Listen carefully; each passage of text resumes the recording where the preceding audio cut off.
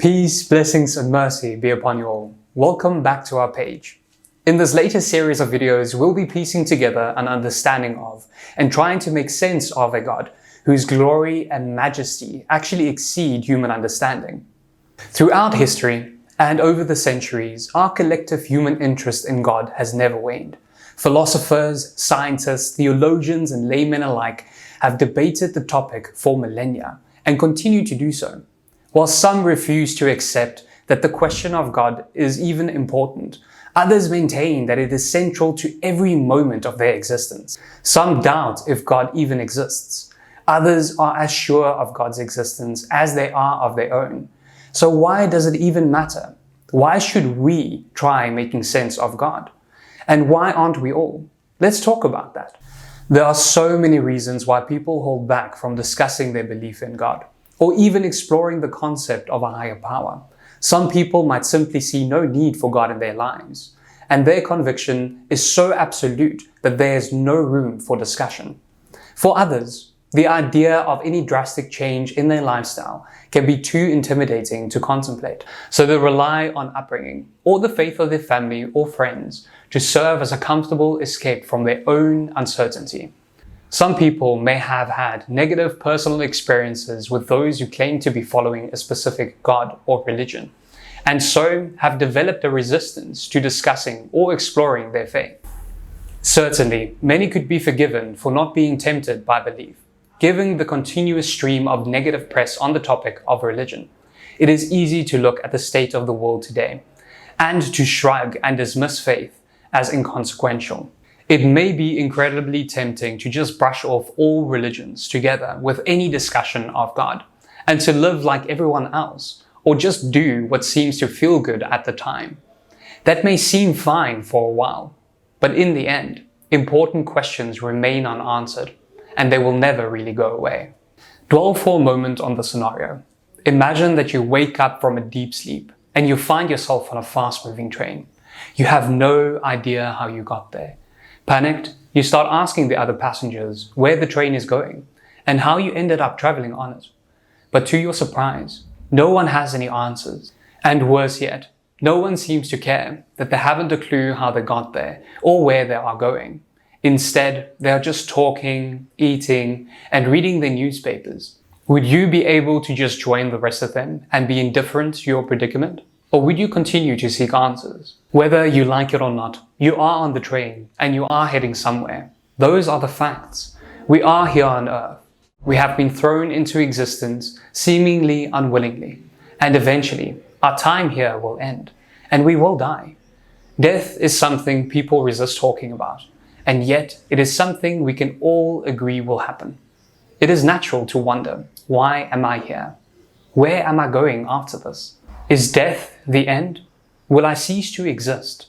Or is death just being born into another stage of my journey?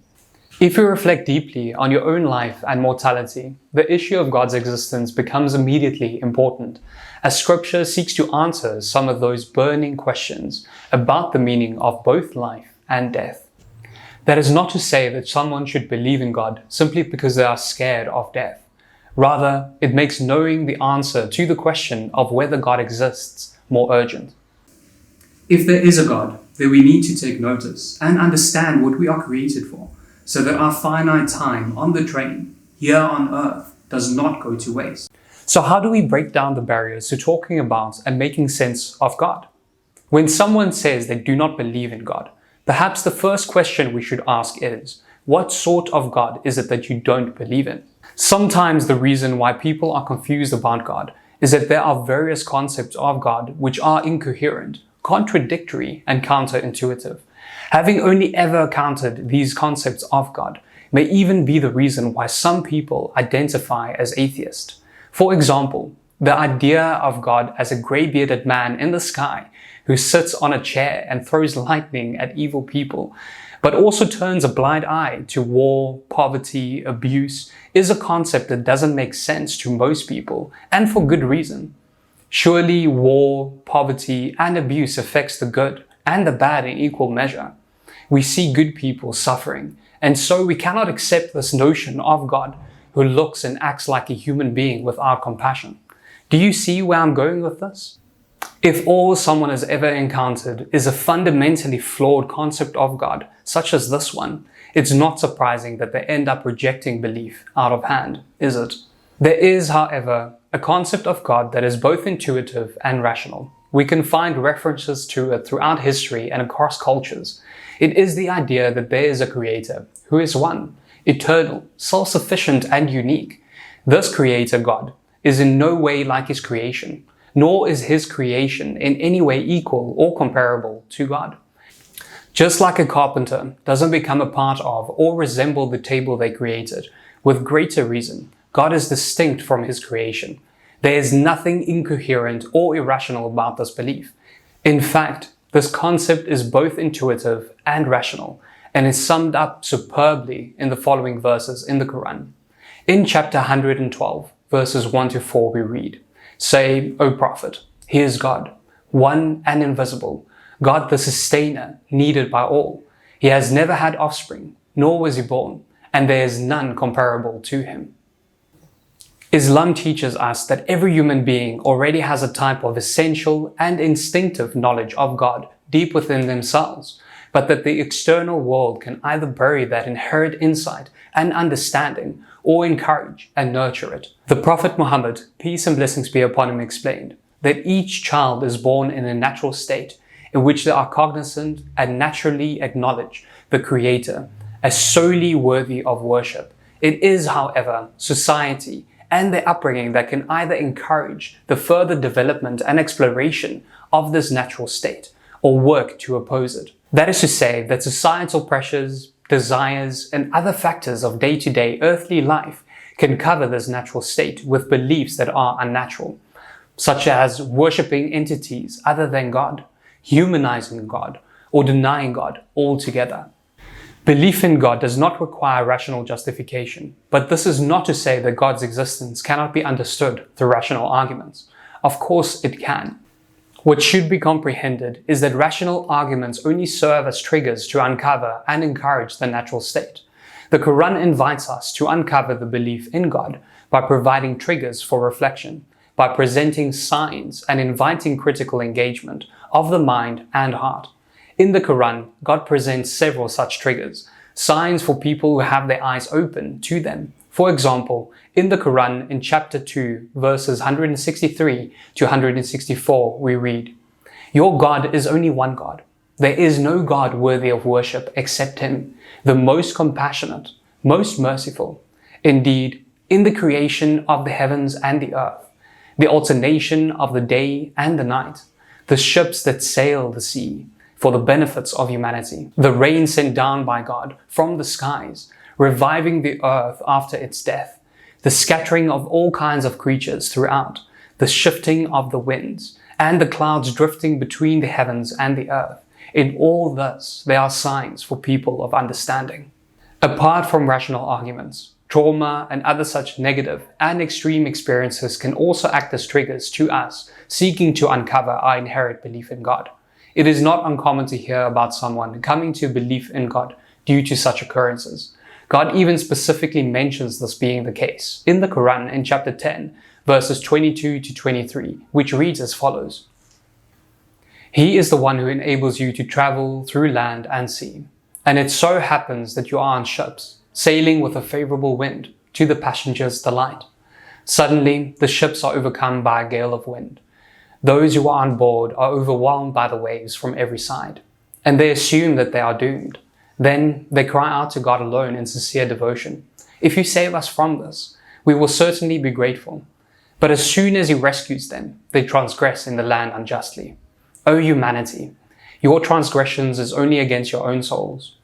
There is only brief enjoyment in this worldly life. Then to us is your return, and then we will inform you of what you used to do." What this verse uncovers is the fact that it is easier to believe in God when your perception is that it will directly benefit you. Many people are driven to faith by trauma or circumstances beyond their control, but they abandon their faith again as things seem to be going their way. But the fact of the matter is, you don't even need to be in a dire situation to remember God. Taking a few moments and reflecting about the inevitable meeting with death, And the trivial nature of this very short life should be able to make you reconsider your relationship with God. But it also doesn't need to be all doom and gloom. Positive spiritual experiences, just like trauma, can be triggers for discovering and exploring your faith. Even if you happen to be someone who started out unsure whether God exists, a spiritual experience can give you that certainty that no rational argument can. As humans, we are made of physical matter, but we also have a spiritual dimension. No amount of physical pleasure, whether it's from food, sex, fame, or anything else, can fulfill our spiritual needs, as they transcend our bodies. Our spiritual needs can only be fulfilled by a connection with God, and it has to be experienced to be truly appreciated and understood. It is like trying to describe a new and completely foreign delicacy to someone who has never heard of or seen it before. Nothing you can say is comparable of making someone appreciate the delightful tastes and textures of a dish they've never encountered and eaten themselves. The approximation or representation of the experience will always fall short to the experience itself. There is, God tells us, a comfort in remembering Him that can only be experienced by doing so. In the Quran, chapter 13, verses 28 to 29, we read, "Those who believe and whose hearts find comfort in the remembrance of God. Surely in the remembrance of God do hearts find comfort. Those who believe and do good, for them will be bliss and an honorable destination." Making sense of God, then, is both intuitive in its purest sense and highly academic, in that the resources exist for you to rationalize your faith based on empirical evidence. In part 2 of this video series, we'll be further exploring this rational, empirical basis for faith and the irrefutable proof God provides for us for His own existence.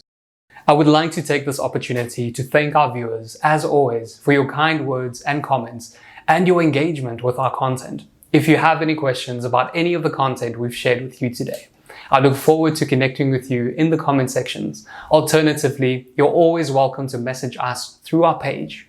May the Almighty bless you with goodness. Jazakallah khair.